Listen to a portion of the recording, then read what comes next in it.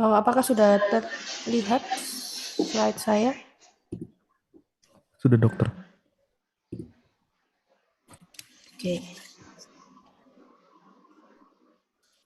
Ya, resistensi antimikroba atau antimikrobial resisten. Mungkin teman-teman juga sebagian sudah ada yang tahu ya tentang antimikrobial resisten karena hal ini juga sangat booming ya terutama di sekitar tahun 2016 lalu. Nah, antimikrobial resisten ini adalah kemampuan mikroorganisme seperti terutama bakteri ya, bisa virus ataupun jamur atau parasit untuk bertahan dan berkembang meski sudah diberi obat antimikroba seperti antibiotik atau antivirus, antifungi dan lain sebagainya yang mana sebelumnya efektif membunuh mereka. Jadi akibatnya infeksi menjadi sulit untuk diobati dan juga membutuhkan obat yang lebih kuat dan mahal atau bahkan bisa tidak dapat diobati sama sekali. Ini adalah faktor penting ya yang berkaitan dengan antimikrobial resisten. Jadi AMR ini mengancam pencegahan dan pengobatan yang efektif terhadap berbagai macam infeksi yang disebabkan oleh bakteri, parasit, virus, dan juga jamur. Dan menjadi ancaman yang semakin serius ya terhadap kesehatan masyarakat secara global yang mana memerlukan tindakan di seluruh sektor pemerintah dan juga masyarakat. Tanpa adanya antibiotik yang efektif, keberhasilan seperti operasi besar dan kemoterapi kanker juga akan terganggu, serta biaya perawatan kesehatan untuk pasien dengan infeksi yang resistennya lebih tinggi dibandingkan dengan biaya perawatan kesehatan untuk pasien dengan infeksi yang tidak resisten, ini karena durasi penyakit yang lebih lama, kemudian dibutuhkan juga tes-tes tambahan dan penggunaan obat-obatan yang lebih mahal. Kemudian pada tahun 2016 ya ada 490.000 orang di seluruh dunia ini menderita tuberkulosis yang resisten terhadap berbagai obat, dan resistensi obat ini mulai mempersulit perjuangan melawan HIV dan malaria. Jadi AMR ini bisa terjadi dari seleksi alam ya, karena saat antimikroba digunakan, mikroorganisme yang lemah mati, tetapi yang memiliki mutasi resistensi akan bertahan dan juga berkembang biak. Kemudian penggunaan yang berlebihan, overuse. Jadi misalnya penggunaan antibiotik tanpa indikasi medis yang jelas. Ya, ini baik di manusia maupun di hewan. Kemudian penggunaan yang tidak tepat atau misuse, misalnya menghentikan antibiotik sebelum waktunya atau menggunakan antibiotik yang dosisnya rendah.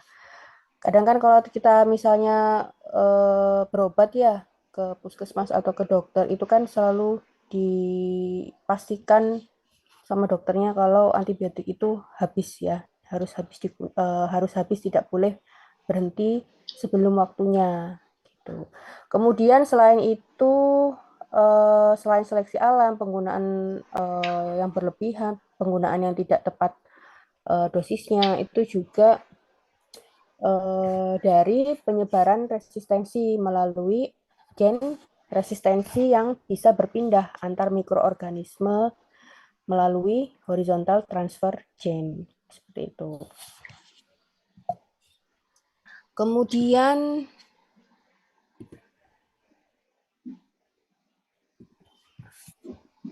antimikrobial resisten ini mengancam pencegahan dan pengobatan yang efektif ya, seperti yang tadi saya sampaikan. Hal ini juga terjadi ketika mikroorganisme berubah ketika mereka terpapar obat antimikroba seperti antibiotik, anti jamur, antivirus, anti malaria, dan juga obat cacing. Kemudian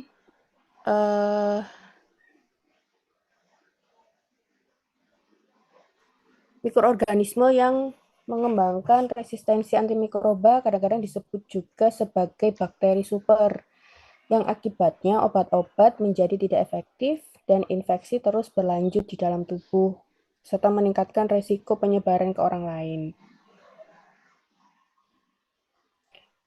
Kemudian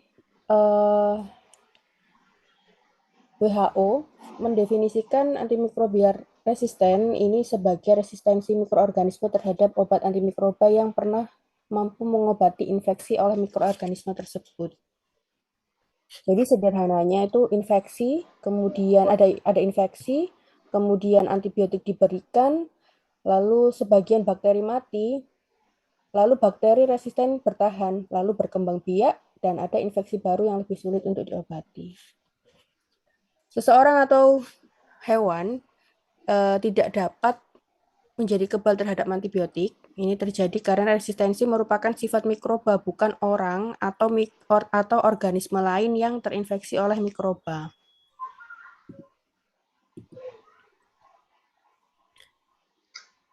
Jadi ada dua pemahaman ya, resistensi antimikroba atau antimikrobial resisten. Ini adalah kemampuan mikroba untuk melawan efek obat yang dulunya dapat berhasil mengobati mikroba tersebut. Sedangkan resistensi antibiotik adalah bagian dari antimikrobial resisten karena hal ini hanya berlaku untuk bakteri menjadi resisten terhadap antibiotik. Ya, penyebabnya adalah penggunaan antimikroba secara berlebihan, kepastian seleksi alam ya, kemudian pengobatan sendiri dengan penggunaan antimikroba secara berlebihan. Hal ini juga dapat menyebabkan mikroba mengembangkan pertahanan terhadap obat yang digunakan untuk mengobatinya, atau jenis mikroba tertentu yang memiliki ketahanan alami sehingga antimikroba menjadi jauh lebih umum daripada antimikroba yang mudah dikalahkan oleh obat-obatan. Dan resistensi antimikroba memang terjadi secara alami ya seiring berjalannya waktu dengan penggunaan agen mikroba dalam berbagai pengaturan baik dalam industri perawatan, kesehatan, atau di luar industri yang telah menyebabkan resistensi antimikroba menjadi semakin umum. Ya, kemudian ini adalah gambaran ya bagaimana resistensi antibiotik ini bisa terjadi. Di langkah-langkahnya yang pertama adalah dari banyaknya bakteri atau kuman dari beberapa sudah resisten terhadap obat. Biasanya dalam tubuh atau lingkungan yang terdapat banyak secara alami sudah memiliki resistensi terhadap antibiotik. Kemudian poin yang nomor 2 itu adalah antibiotik yang mana dapat membunuh bakteri penyebab penyakit dan juga bakteri baik. Gitu. Jadi ketika antibiotik diberikan, tapi juga membunuh bakteri baik yang seharusnya melindungi tubuh. Namun, bakteri yang resisten itu tetap bertahan. Kemudian, yang poin nomor 3 itu adalah bakteri resisten terhadap bakteri resisten yang bertahan dan berkembang. Karena bakteri lain sudah mati, bakteri resisten ini memiliki ruang dan sumber daya yang cukup untuk tumbuh dan memperbanyak diri, gitu, tanpa bersaing dengan bakteri-bakteri lainnya. Kemudian poin nomor 4, ini adalah bakteri resisten yang dapat membagi resistensinya dengan bakteri lain. Jadi beberapa bakteri resisten ini bisa mentransfer gen resistensinya ke bakteri lain. Melalui apa? Melalui mekanisme seperti konjugasi, transformasi, atau transduksi. Sehingga semakin banyak bakteri yang menjadi resisten. Mungkin teman-teman yang tertarik di penelitian ini juga perlu ini ya, perlu memahami gimana sih mekanisme transfer gen resistensi itu. Jadi kan ada tiga ya, transformasi,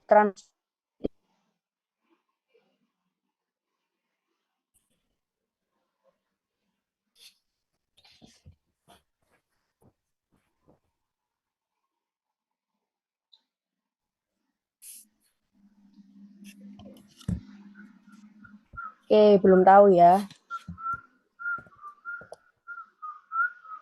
Ya, jadi tiga cara utama gimana si bakteri ini bisa mentransfer gen resistensinya. Yang pertama adalah transformasi.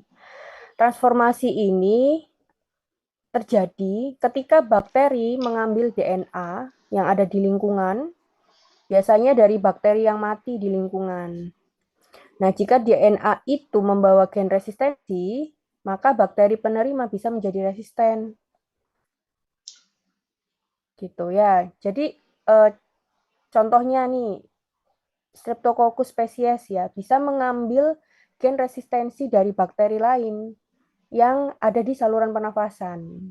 Seperti itu. Jadi ilustrasi sederhananya ya, simpelnya di transformasi itu, bakteri mati, DNA-nya pecah, DNA diambil bakteri yang lain, kemudian terjadi resistensi baru.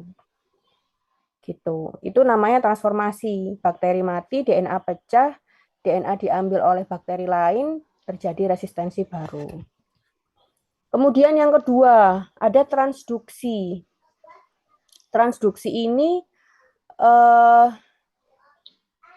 kita sebutnya bakteriofag ya. Dia menginfeksi bakteri, mengambil sebagian DNA bakteri, lalu menginfeksi bakteri lain, sehingga membawa gen resistensi bersamanya. Jadi,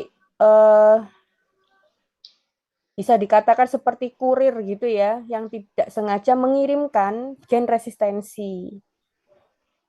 Simpelnya, bakteriofag infeksi bakteri A, mengambil gen resistensi, kemudian menginfeksi bakteri B, sehingga terjadi transfer resistensi. Itu namanya transduksi. Kemudian konjugasi, ini yang paling penting ya. Konjugasi ini dari dua bakteri yang berhubungan langsung melalui struktur khusus yang disebut pilus. Ya, teman-teman kan juga belajar struktur dari bakteri ya. Jadi melalui pilus itu, bakteri memindahkan plasmid. Apa itu plasmid? Ada yang tahu?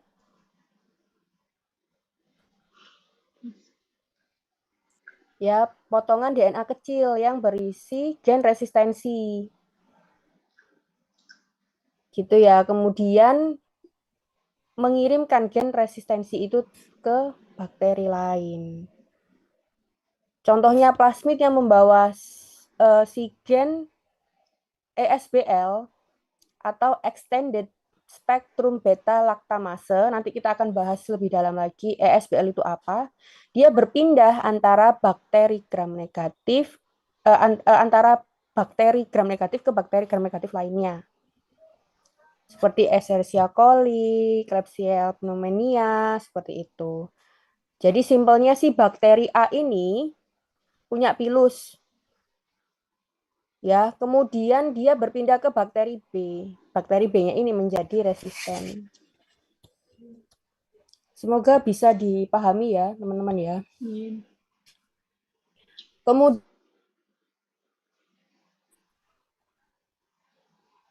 saya lanjutkan ke bagian ini ya.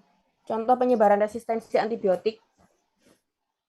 Jadi dari hewan yang mana mendapatkan antibiotik,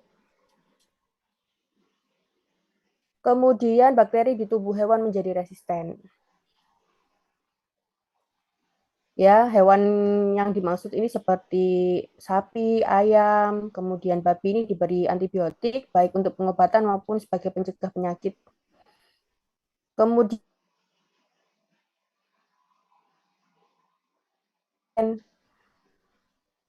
lalu selanjutnya bakteri yang resisten tetap di tubuh hewan. Jika produk hewan seperti daging atau susu tidak ditangani atau dimasak dengan baik, maka bakteri resisten bisa ditularkan ke manusia melalui makanan. Kemudian kotoran hewan mencemari air atau pupuk.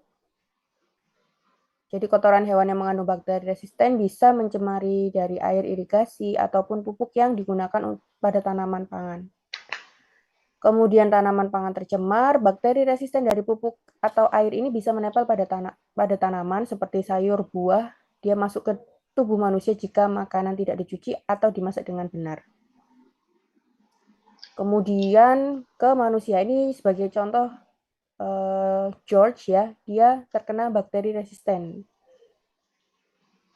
Jadi George ini sebagai contoh di dalam gambar tersebut, dia mengkonsumsi makanan yang terkontaminasi atau kontak dengan hewan, lalu membawa bakteri resisten ke dalam tubuhnya. George menyebarkan bakteri resisten di komunitas, di lingkungan, di kerabatnya ya. Saat George berinteraksi di rumah atau di suatu tempat umum ya, komunitas, dia bisa menularkan bakteri ke orang lain secara langsung melalui kontak fisik atau tidak langsung melalui permukaan benda. Kemudian George dirawat di fasilitas kesehatan. Nah, ketika di rumah sakit ya atau tempat fasilitas kesehatan itu bakteri resisten yang ada di tubuhnya bisa menyebar, bisa langsung ke pasien lain, bisa melalui tangan tenaga medis yang tidak bersih, dan bisa melalui permukaan benda seperti tempat tidur, meja periksa, dan lain sebagainya. Lalu pasien lain terinfeksi, bakteri resisten akan membawa bakteri tersebut saat pulang dan siklus penyebaran resisten akan terus berlanjut di masyarakat. Penggunaan antimikroba secara berlebihan dapat menyebabkan mikroba baik mengembangkan pertahanan terhadap obat-obatan yang digunakan untuk mengobatinya. Kemudian strain mikroba tertentu juga yang memiliki resistensi alami terhadap antimikroba menjadi jauh lebih umum daripada penyakit-penyakit yang dapat dengan mudah diatasi dengan obat-obatan.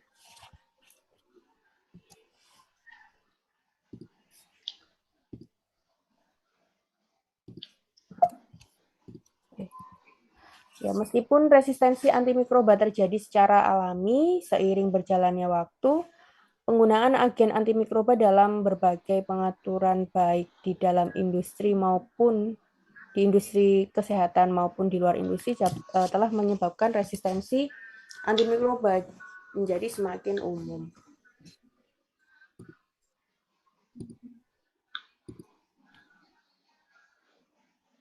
Jadi pada intinya resistensi antimikroba terutama disebabkan oleh penggunaan antimikroba yang berlebihan. Kemudian ya bisa juga karena pengobatan sendiri yang dilakukan oleh konsumen.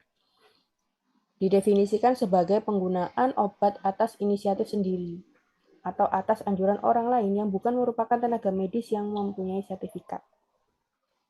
Kemudian telah diidentifikasi sebagai salah satu alasan utama berkembangnya resistensi antimikroba.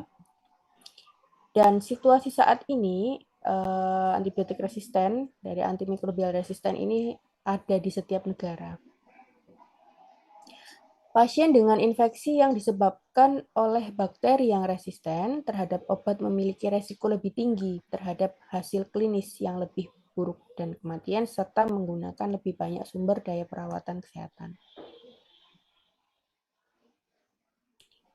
Kemudian ini adalah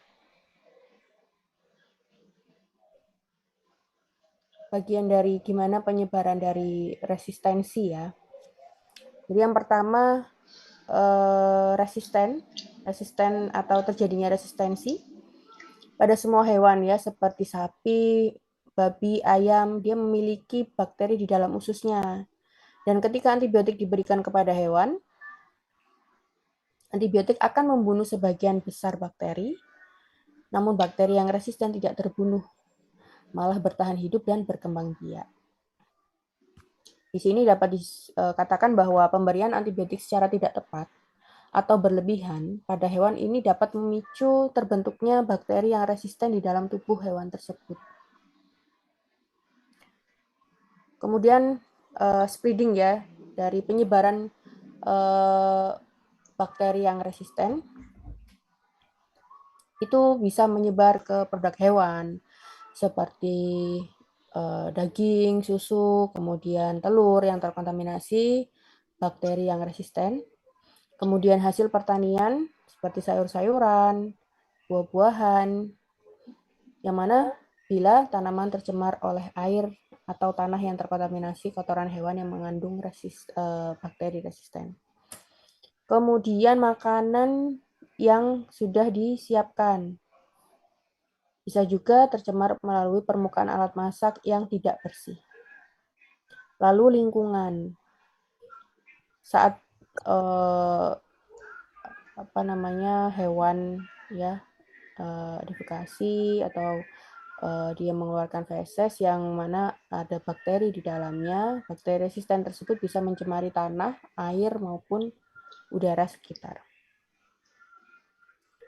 Bisa dikatakan pada point spreading ini bakteri resisten tidak hanya menyebar dari makanan tetapi juga dari lingkungan pertanian yang terkontaminasi. Ya, kadang-kadang itu ketika kita melakukan penelitian ya di sebuah peternakan mungkin ya, katakanlah ayam kampung yang mana kan tidak pernah diberi treatment apapun yang benar-benar mungkin dipelihara dibiarkan di backyard gitu ya, di lingkungan pemukiman warga seperti itu. Nah, itu juga bisa terancam resistensinya karena ya itu tadi exposure dari spreading dari lingkungan juga bisa berpengaruh dari tingkat resistensi antibiotik ini. Kemudian bagian berikutnya exposure. Ya, paparan ke manusia. Jadi makanan manusia dapat tertular infeksi bakteri yang resisten melalui makanan yang terkontaminasi. Misalnya makan daging yang tidak dimasak sempurna, ya. Kemudian lingkungan yang terkontaminasi, misalnya terkontaminasi langsung dengan tanah, ya, air ataupun hewan yang mengandung bakteri resisten. Kemudian kontaminasi saat memasak jika peralatan dapur atau tangan tidak higienis saat mengolah makanan. Ya, untuk itu rajinlah mencuci tangan terutama sebelum makan ya, karena kita tidak tahu kita mau megang apa. Kemudian dari exposure tersebut bisa dikatakan bahwa manusia dapat terkena bakteri resisten baik melalui makanan, lingkungan maupun kontak yang tidak langsung. Kemudian impact, dampak dari infeksi resisten. Ya, infeksi akibat bakteri yang resisten itu dapat menyebabkan penyakit ringan, gejala ringan seperti diare, demam, kemudian infeksi kulit yang bisa sembuh sendiri atau dengan pengobatan sederhana. Kemudian penyakit parah hingga kematian seperti infeksi berat, ya, contohnya sepsis, pneumonia, infeksi pada saluran kemih yang tidak dapat diobati dengan antibiotik biasa dan beresiko berujung pada kematian. Jadi semakin banyak bakteri yang resisten, semakin sulit pengobatannya dan semakin tinggi pula resiko penyakit berat bahkan kematian. Kemudian mikroorganisme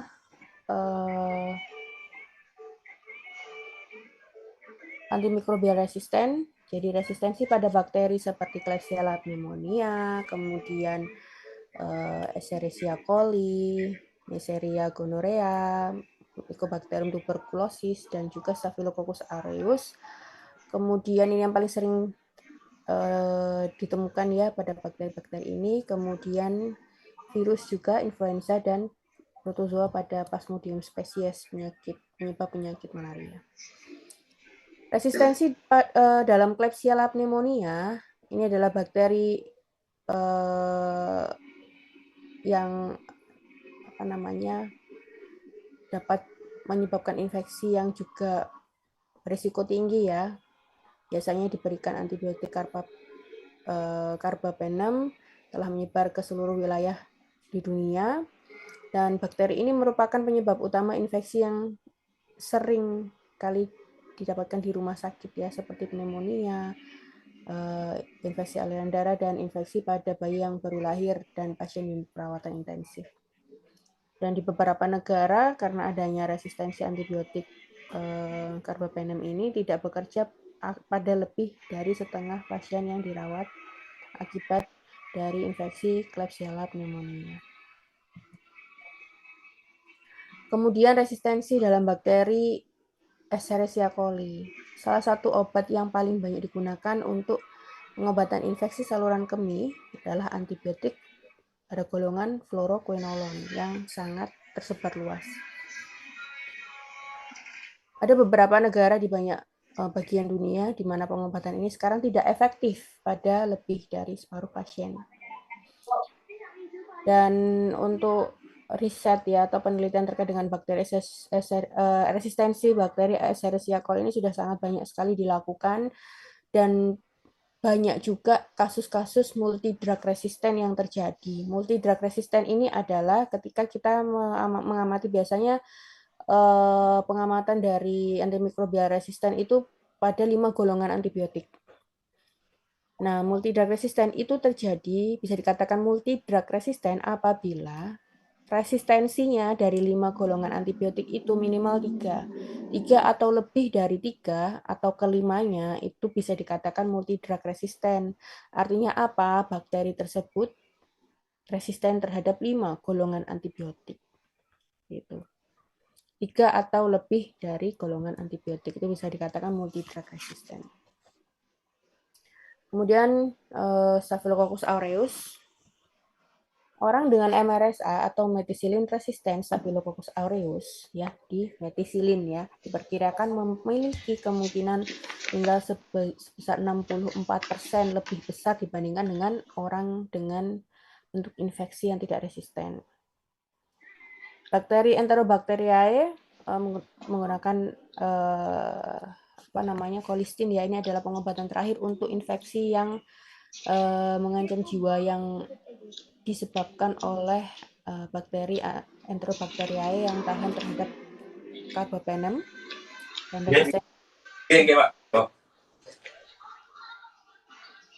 resistensi terhadap colistin baru-baru ini terdeteksi di beberapa negara dan wilayah, yang membuat infeksi yang disebabkan oleh bakteri tersebut tidak dapat diobati.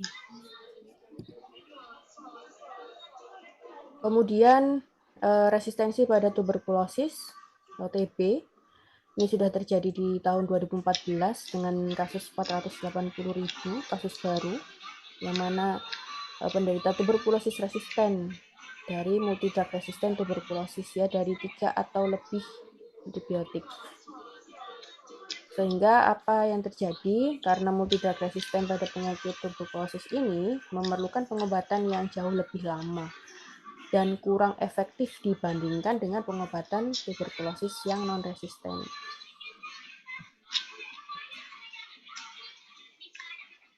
Kemudian di tahun 2014 itu ada perkiraan 3,3% resisten terhadap banyak obat. Jadi proporsinya lebih tinggi di antara orang yang sebelumnya dirawat terkena TB, yaitu 20%.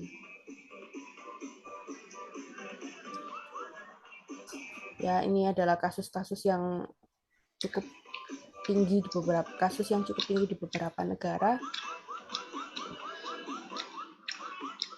Nah, kemudian dari multi drug resisten tuberkulosis ini, resistensi dari bakteri Mycobacterium tuberculosis bisa melawan setidaknya isoniazid dan rifampicin, dan juga obat-obatan andalan untuk pengobatan tuberkulosis dan penyakit yang resisten terhadap rifampicin sendiri memerlukan penanganan klinis yang serupa terhadap multi drug resistant tuberkulosis. Ini adalah beberapa obat-obat yang diberikan ya, fluoroquinolone, kemudian carbamazepine, kanamycin, dan amikacin.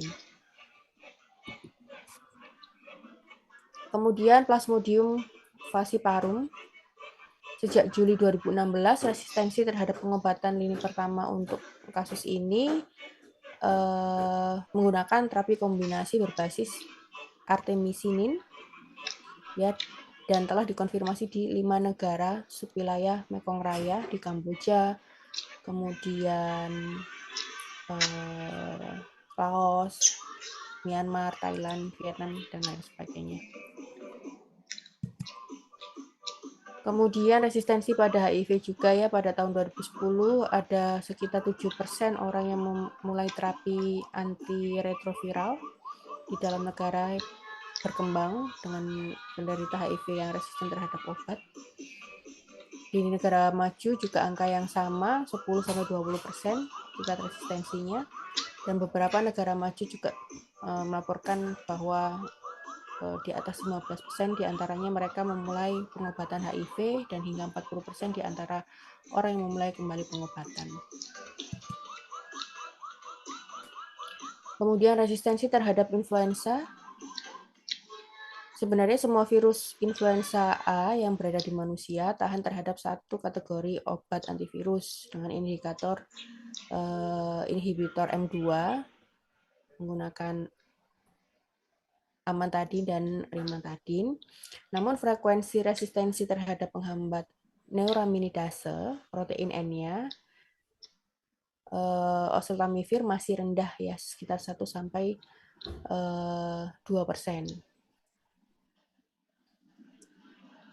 Kemudian kerentanan antivirus terus dipantau melalui sistem pengawasan dan respon influenza global WHO.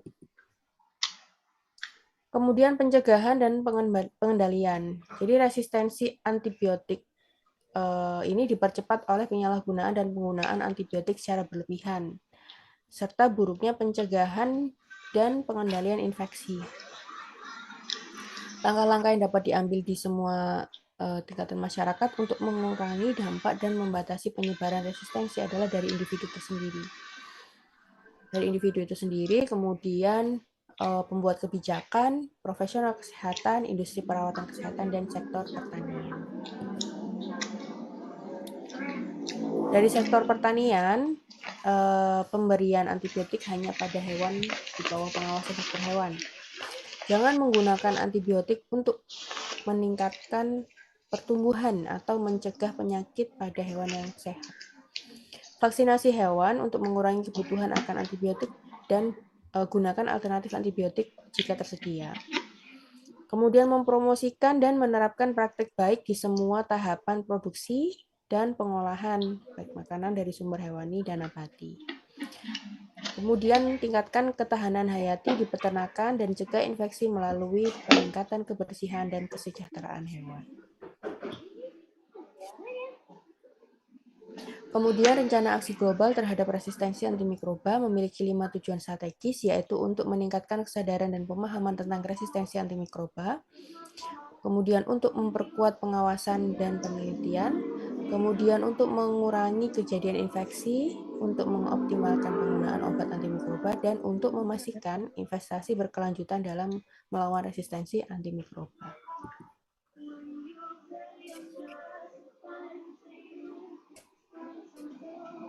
Kemudian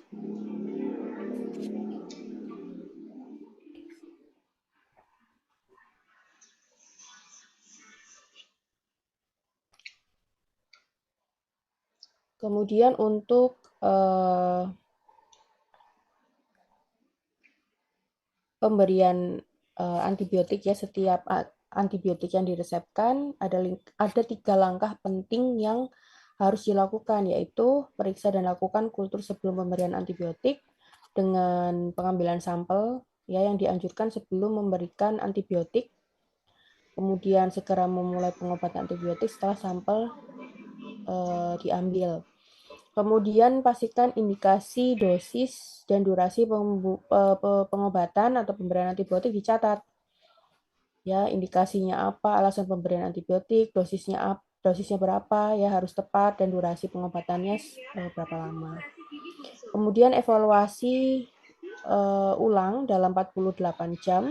Dalam waktu 48 jam setelah memulai antibiotik harus dilakukan peninjauan kembali, diagnosis berdasarkan hasil kultur, kemudian penyesuaian resep antibiotik ya jika perlu, atau dihentikan antibiotik bila tidak lagi dibutuhkan. Kemudian rekomendasi khusus untuk situasi pemberian antibiotik tertentu, yaitu untuk infeksi saluran kemih ya atau ISK, pastikan kultur benar-benar menunjukkan infeksi, jadi bukan hanya kolonisasi bakteri saja. Kemudian nilai gejala pasien apakah menunjukkan tanda-tanda infeksi saluran kemih.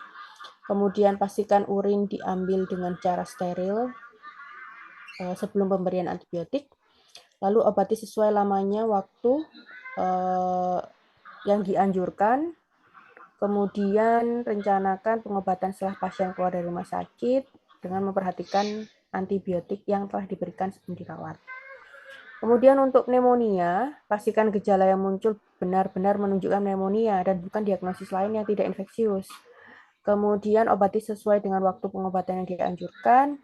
Kemudian saat merencanakan pengobatan pasca rawat inap atau pasca periksa, perhitungkan antibiotik yang sudah diberikan di rumah sakit.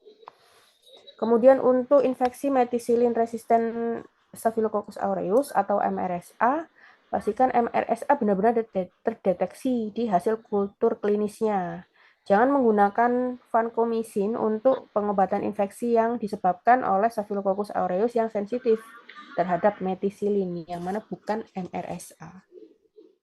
Jadi pada intinya gunakan antibiotik secara rasional, catat dan dokumentasikan dengan benar, tinjau ulang, dan harus spesifik dan hati-hati dalam pemberian obatnya. Ya saya lupa dengan tadi terkait dengan SBL ya, mungkin sedikit ini sudah slide terakhir, tambahan sedikit dari saya terkait dengan SBL tadi.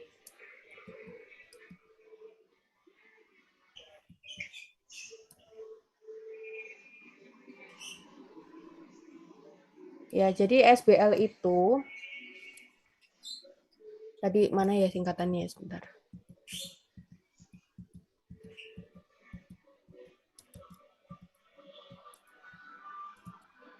Ya, SBL itu adalah Extended Spectrum Beta Lactamase. Ya, ini adalah enzim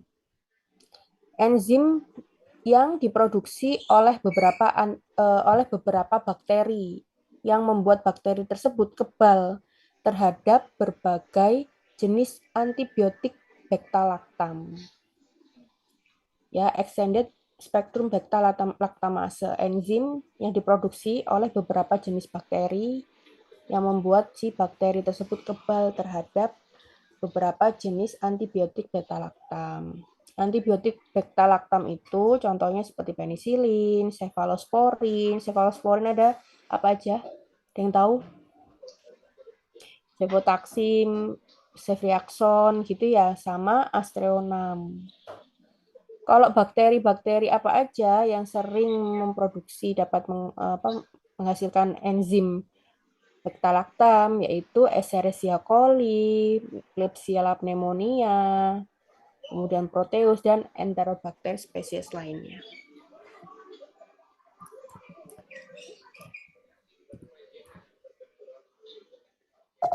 Aduh, ke close. Ya benar. Ada yang mau ditanyakan?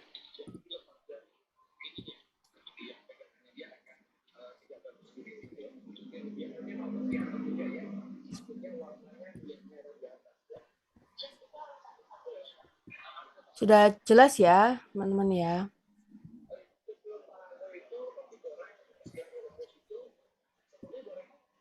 Jelas, Dok. Oke. Saya lanjutkan ke tuberkulosis.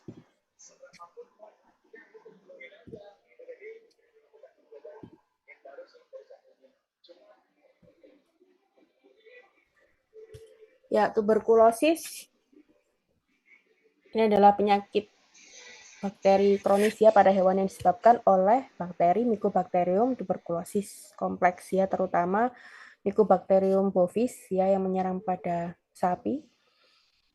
Kemudian bakteri menyebabkan penyakit menular utama ya di antara ternak sapi dan juga menyerang hewan peliharaan lainnya serta populasi satwa liar tertentu yang menyebabkan keadaan sakit umumnya pneumonia, penurunan berat badan dan akhirnya berujung kematian.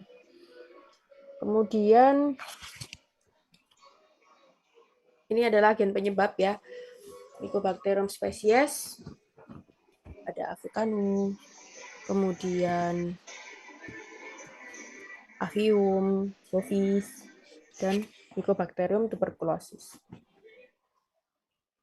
Pada manusia menyerang di paru-paru ya, sehingga menyebabkan batuk, demam, penurunan berat badan, kelelahan, berkeringat pada malam hari, nyeri dada dan hemoptisis.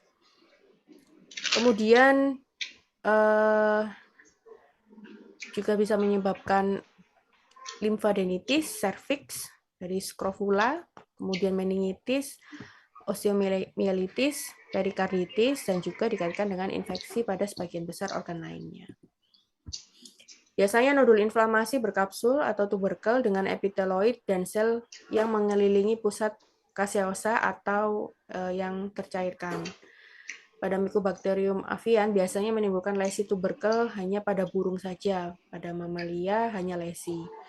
Kemudian biasanya ringan, dia bisa menyebabkan limfadenitis regional atau tidak ada, jadi merangsang reaktivitas dari tuberkulin. Kemudian pada sapi gejalanya ada penurunan berat badan, batuk, penurunan produksi susu. Kemudian pada babi ada faring ya, limfadenitis, mesenterica. Kemudian masa inkubasi dari penyakit ini adalah 4-12 minggu untuk lesi yang dapat diamati, misalnya nodul paru atau reaksi tuberkulin yang signifikan. Resiko terbesarnya adalah dalam 1-2 tahun, jadi mungkin bisa puluhan tahun atau sebelum penyakit progresif terlihat jelas. Angka kematian kasus juga cukup tinggi ya, terutama pada sistem kekebalan tubuh yang lemah. Kemudian bisa dilakukan untuk uji labnya menggunakan pemeriksaan mikroskopis secara langsung atau dugaan, dan kultur aerobik bisa dari bahan dari lesinya ya, sampelnya nanah maupun dahaknya. Kejadiannya di seluruh dunia dengan tingkat prevalensi yang seiring bertambahnya waktu semakin tinggi pula. Ada 100 kasus manusia terinfeksi Mycobacterium dikonfirmasi terkait dengan masis pada sapi. Kemudian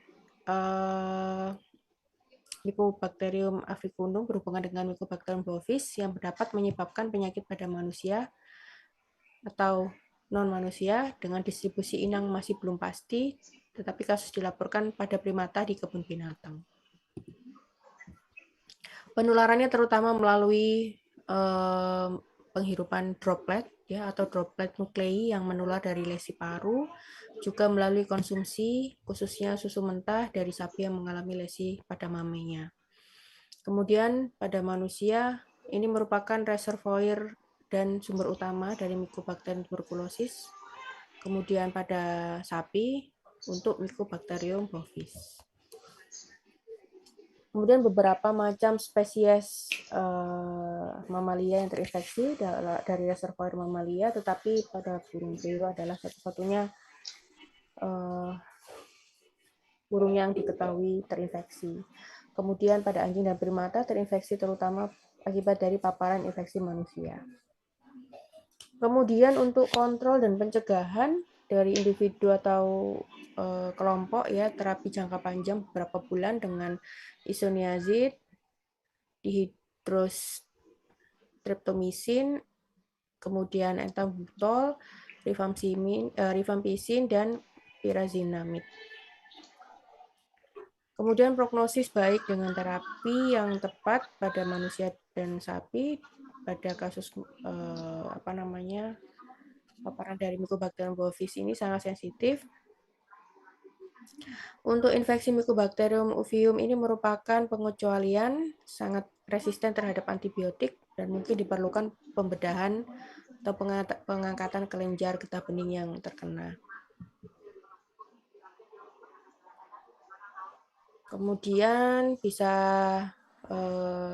mencegahnya juga melakukan proses pasteurisasi pada susu, kemudian imunisasi BCG juga sudah diterapkan ya oleh program pemerintah mulai dari bayi, kemudian temukan kasus dengan penggunaan uji tuberkulin ya baik pada manusia, sapi maupun primata. Kemudian sembelih ternak yang terinfeksi tuberkulin, kurangi populasi unggas yang terinfeksi tuberkulosis, melakukan pemeriksaan radiografi pada orang yang positif tuberkulin. Kemudian tes tuberkulin ini adalah metode standar ya yang digunakan untuk mendiagnosis kasus tuberkulosis pada hewan peliharaan. Ya, prosesnya dari ini ya, mulai dari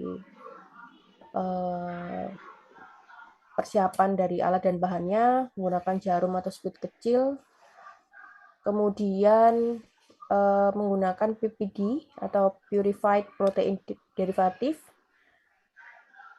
kemudian lokasinya di kulit leher bagian tengah, ya, kemudian kulit dicukur bersih kurang lebih 3 cm untuk memudahkan observasi.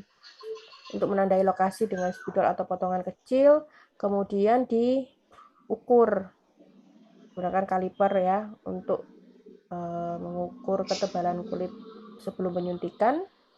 Lalu 72 jam ya pengamatannya untuk mendeteksi pembengkakan berikutnya.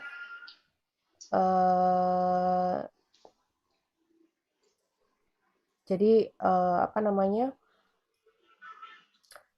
penyuntikannya secara intradermal ya di bawah kulit, kemudian pastikan terbentuk bleb ya atau bintil kecil di bawah kulit sebagai tanda penyuntikan yang benar. Pemeriksaannya 72 jam atau kurang lebih 3 hari. Lalu mengukur ketebalan kulit di tempat yang sama menggunakan kaliper, amati reaksinya, bengkak atau kemerahan atau pengerasan.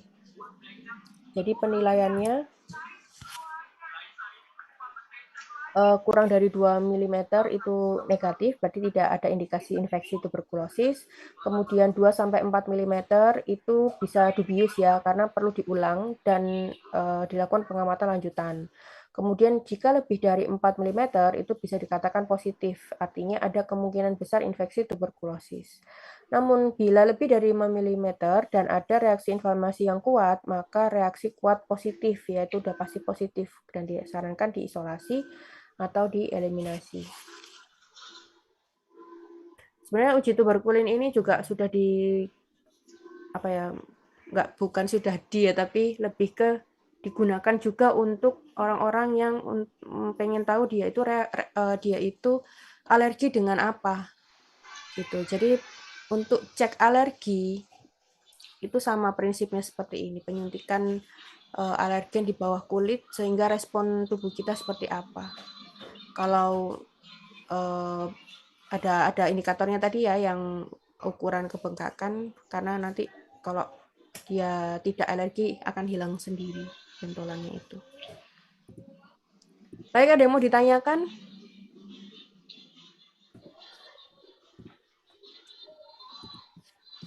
Belum ada, dokter. Ada ya, oke baik. Saya absen dulu ya.